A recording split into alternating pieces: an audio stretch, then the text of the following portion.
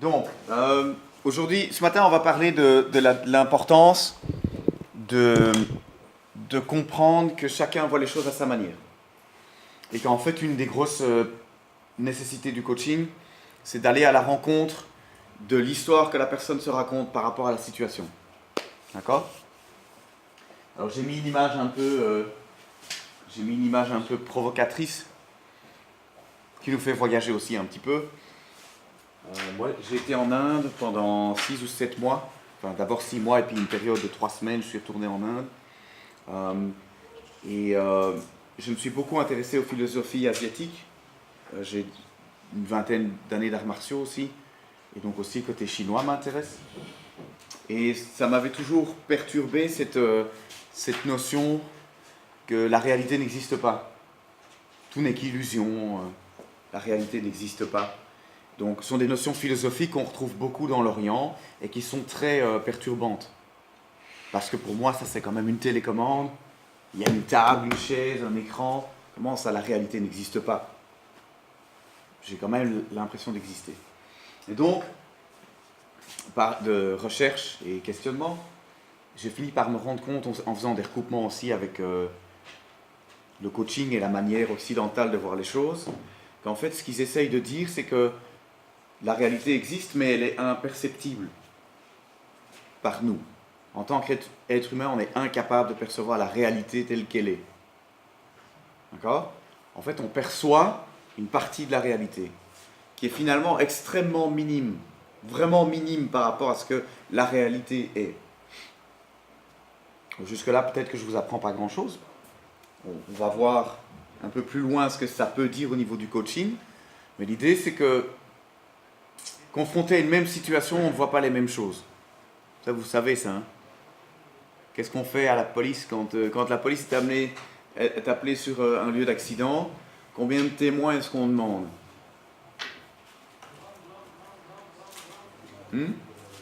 Un maximum.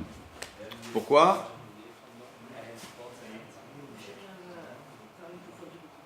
Pour faire du recoupement. Parce qu'en fait, chacun va venir avec des éléments qui lui sont spécifiques, peut-être par rapport à sa position, par rapport à l'accident, position géographique, sa localisation, mais aussi simplement de par son interprétation de la situation.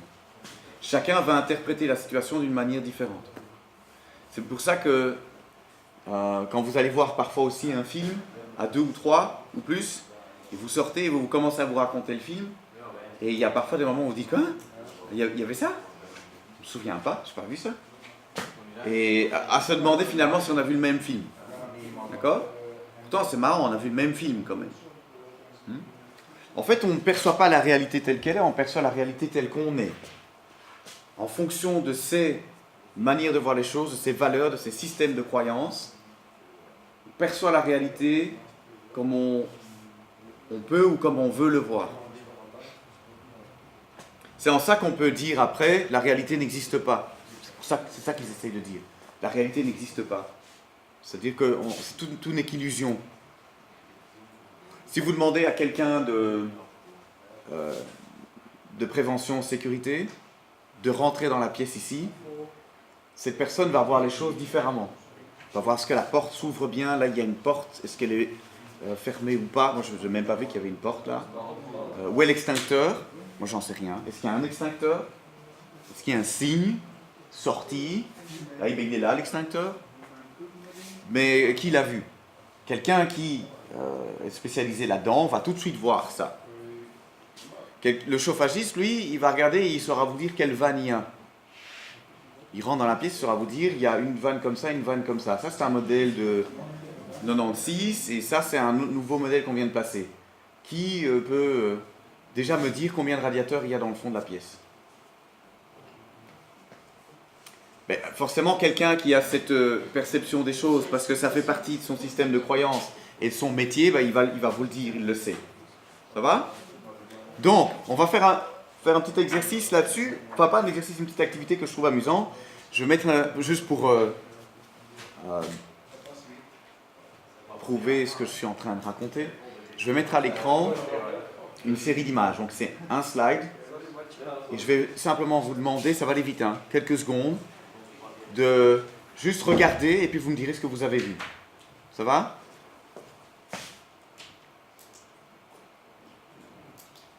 Ok. Alors, qu'est-ce que tu as vu? Des pierres. Autre chose? Un arbre. Pierre, arbre, c'est bien. Bébé, vieille dame, dauphin. Ouais, bébé, dauphin, Montre. Foot. En plus 2, j'ai vu un dollar. Toi, tu as vu tout? Plus le dollar. Tu as vu le dollar? Moi, j'ai vu une personne âgée, un bébé, des Personne âgée, dauphins, bébé, dauphin. et un Bouddha, je pense. Et un Bouddha. Avec un coucher de soleil. Avec un coucher de soleil. Billets, des pierres, une montre, Joueur de foot. Vous avez vu déjà, rien qu'au premier rang, hein, certains ont vu pierre, arbre, et puis bébé, femme enceinte, femme dauphin, et puis dollar, et puis montre. Tu as vu la montre? dauphin, bébé et une bourse d'argent. Et une bourse d'argent. Tu avais vu la bourse d'argent? Non. J'ai vu vieille femme, le bébé, les pierres et les billets. Les billets, ok. Tu as vu les billets? Oui. Toi, tu as vu les billets? Tu as vu les billets? Non, tu n'as pas vu les billets. Bébé, piano. Tu avais vu le piano? Coucher de soleil sur une plage. Une ville avec un coucher de soleil. On va voir ce que c'est la ville, c'est intéressant. Toi, tu n'as rien vu, d'accord. Bébé, coucher de soleil et personne âgée. Bébé, coucher de soleil et personne âgée. Alors, même s'il y a des choses qui se recoupent, vous avez vu certaines choses de manière similaire, il y a des tas de choses que vous voyez et que l'autre ne voit pas. Pourtant, on a vu la même image. On va la regarder en détail. Alors, la ville... Alors, ce sont les tours du World Trade Center. Alors, les cookies, les billets, vous allez, comme vous avez très peu de temps, et c'est la raison pour laquelle vous ne voyez pas tout, c'est que votre cerveau n'est pas capable de traiter en haute résolution tout ce qu'il perçoit. Tout ce qui arrive de l'extérieur et qui est traité par les sens, que ce soit la vue, l'odorat ou l'audition, le cerveau n'a pas la capacité de le traiter en haute résolution pour toutes les informations qui sont perçues. Donc le cerveau fait un tri, parce que sinon il faudrait un cerveau comme ça. Ils ont calculé la taille du cerveau qu'on devrait avoir pour traiter toute l'information qu'on reçoit. On aurait une tête comme ça. C'est peut-être ça les aliens en fait. Hein. Ils traitent plus d'informations que nous. Et donc l'idée c'est que le cerveau il fait un tri avec un système, un outil qui s'appelle le système d'activation réticulaire. Et il dit, ça c'est important pour toi, donc traite-le. Ça, pour toi, pour moi. Ça ne l'est pas, donc on s'en fout, on met sur le côté. Ça va? Et donc on traite avec plus d'intensité ce qui est nécessaire à notre fonctionnement. Donc le chauffagiste qui vient ici, qui fait le check des différentes pièces, il rentre, il voit les chauffages, il les voit tout de suite. Et il sait que la canalisation continue par là-bas, et ça il le voit. Par contre, vous rentrez ici, vous venez pour donner cours, pour recevoir cours ou pour moi donner cours, je m'en tape du chauffage. Donc je trie, je mets ça sur le côté. Je l'ai vu, mais je ne le traite pas. Donc si on me demande combien il y a de radiateurs, s'il y a des vannes, s'il y a une canalisation qui passe, j'en sais rien. Pourtant, je l'ai vu, mais je ne l'ai pas traité. D'accord? Pourquoi est-ce que c'est très important dans le cadre du coaching? Parce que vous n'allez pas percevoir la réalité, vous allez percevoir dans le discours aussi que la personne vous donne, uniquement ce qui correspond à votre manière de voir les choses. Et la personne elle-même vous présente une situation qui est uniquement sa perception selon ses modes de fonctionnement à elle. Donc vous êtes loin de la réalité. Si quelqu'un vient vous exposer une situation, vous n'avez plus que un pourcentage infime de ce que la situation réelle représente. Plus elle est interprétée par la personne qui l'a vécue et interprétée par votre écoute. Et donc son système d'activation réticulaire fait qu'elle n'a vu qu'une partie de la situation, elle a interprété ce qu'elle a vu, et puis elle doit vous communiquer, et ça en plus c'est encore plus compliqué, et vous le percevez, et l'entendez et l'interprétez selon vos modes de pensée. Alors on verra un peu plus tard dans le cours les niveaux logiques de Robert Dilts. Et ça montre à quel point, je le dis déjà maintenant et on reviendra dessus, à quel point en fait on ne peut percevoir la réalité qu'à travers ses croyances et ses valeurs. C'est-à-dire ce qu'on pense que la vie est.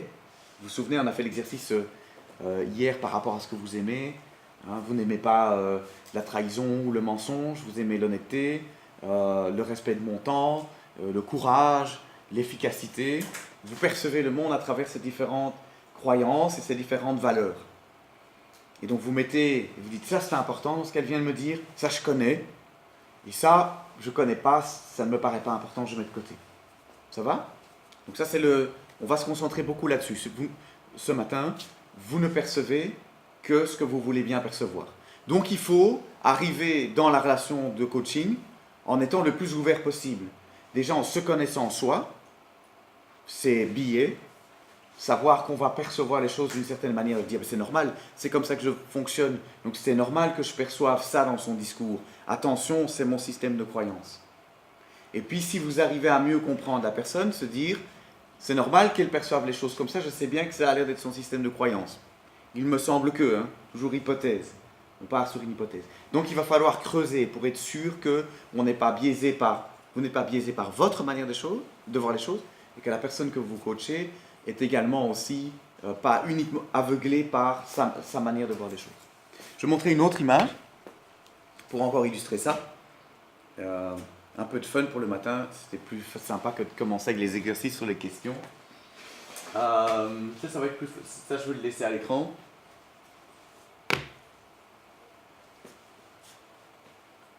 Ça, vous n'êtes pas embarrassé. Hein. Alors, qui a vu les dauphins? Ok. 2 sur 10. Eh bien, bravo, mesdames. Hein.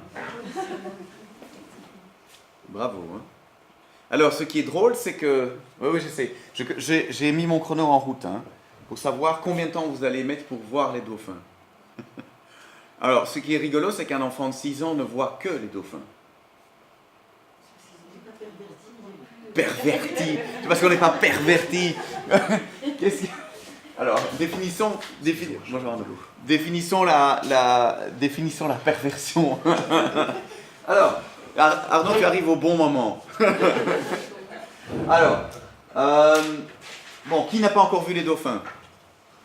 Vous m'inquiétez, mesdames. Alors, je vais vous aider un petit peu. Alors, je vais utiliser le pointer là, pour ne pas mettre mes doigts dessus, sinon... Ah non, c'est pas ça que je vais faire. Donc, ici vous avez une queue de dauphin. Ici vous avez une queue de dauphin et ici son museau. Ici vous avez une queue de dauphin. Ici vous avez une queue de dauphin et ça, ici vous avez le bec.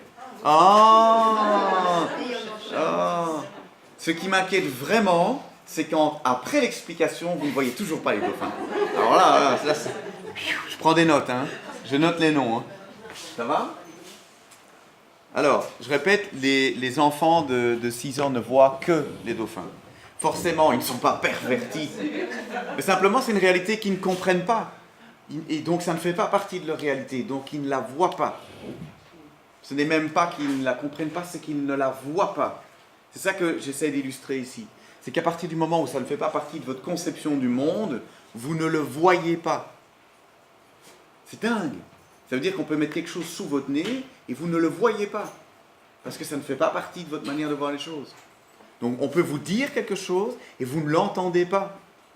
Oui, parce que c'est valable pour tous les sens. C'est valable pour tous les sens, oui. Parce que le cerveau trie l'information qui lui est donnée par les sens. Et alors il dit, ok, je vais traiter ça en particulier. Vous avez cet effet-là quand vous êtes dans... Vous dites, tiens, on irait bien au Mexique, chérie, ces vacances prochaines. Ah oui, on irait bien au Mexique. Et puis vous êtes dans le tram et tout d'un coup vous entendez quelqu'un qui dit « Ah oui, le Mexique c'est super sympa ». Et vous avez votre oreille qui fait pouf, conversation intéressante. Pourquoi? Parce que tout d'un coup le Mexique est un sujet d'intérêt pour vous. Il fait partie de vos croyances, de vos systèmes de valeurs, quelque part, ou en tout cas de ce que vous donnez comme objectif à votre esprit. Mexique égale important, parce que j'ai un projet par rapport à ça, et donc votre cerveau dit, ou vous dites à votre cerveau, inconsciemment, chope-moi toutes les informations sur le Mexique. Et donc vous passez devant une vitrine, tout d'un coup il y a un livre sur le Mexique et vos yeux font... Alors que vous êtes passé devant cette vitrine pendant une semaine, vous n'avez rien vu. Alors j'ai quelques exemples, je trouve ça c'est fascinant quand même. Quand vous êtes enceinte ou que votre compagne est enceinte, tout d'un coup vous voyez des femmes enceintes partout. Les Lando, les Maxi Cosi, les Layettes, partout. Est-ce qu'il y a plus de femmes enceintes? Non. Mais pour le moment, c'est un sujet d'intérêt très important pour votre esprit. Il voit tout ce qui correspond à ce qui vous intéresse.